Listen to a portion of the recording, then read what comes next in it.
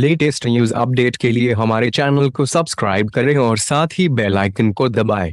महामारी बन चुके कोरोना वायरस से कई देशों की अर्थव्यवस्था पर गहरा असर पड़ा है। इससे भारत भी अछूता नहीं आ रहा है।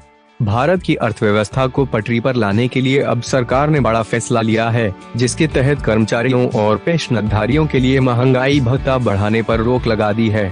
ये रोक कोरोना वायरस महामारी पर काबू पाने में लगी केंद्र सरकार ने बढ़ते आर्थिक बोझ को देखते हुए अपने खर्चों में कटौती करनी शुरू कर दी है। इस दिशा में आगे बढ़ाते हुए सरकार ने अपने कर्मचारियों और पेंशनभोगियों को मिलने वाले महंगाई भत्ते की नई किस्तों पर 1 जुलाई 2021 तक के लिए रोक लगा दी है।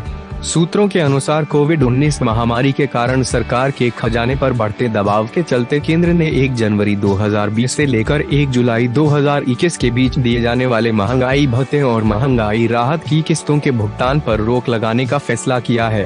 प्राप्त जानकारी के मुताबिक इस कदम से सरकार को चालू वित्त वर्ष 2020 से 21 और अगले वित्त वर्ष 2021 से 22 में कुल मिलाकर 37,530 करोड़ रुपए की बचत होगी। हालांकि कर्मचारियों और पेंशनभोगियों को महंगाई भत्ते के मौजूदा स्तर पर भुगतान होता रहेगा। इस फैसले से 50 लाख केंद्रीय कर्मचारियों और 61 लाख पेंशनभोगियों पर असर पड़ेगा। सूत्रों का कहना है कि आमतौर पर इस मामले में राज्य सरकारें भी केंद्र सरकार का अनुसरण करती हैं।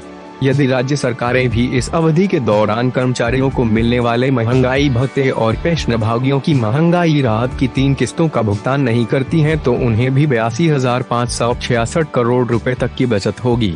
कुल मिलाकर केंद्र और राज्यों के स्तर पर इससे 1.20 लाख करोड़ रुपए की बचत होगी, जिससे कोविड-19 के खिलाफ जारी लड़ाई में मदद मिलेगी। महंगाई भत्ता ऐसा पैसा है जो देश के सरकारी कर्मचारियों के रहने खाने के स्तर को बेहतर बनाने के लिए दिया जाता है। पूरी दुनिया में सिर्फ भारत, पाकिस्तान और बांग्लादेश ही ऐसे देश हैं जिनके सरकारी कर्मचारियों को ये भत्ता दिया जाता है। ये पैसा इसलिए दिया जाता है ताकि महंगाई बढ़ने के बाद भी कर्मचारी के रहन सहन के स्तर में पैसे की वजह से दिक्कत न हो।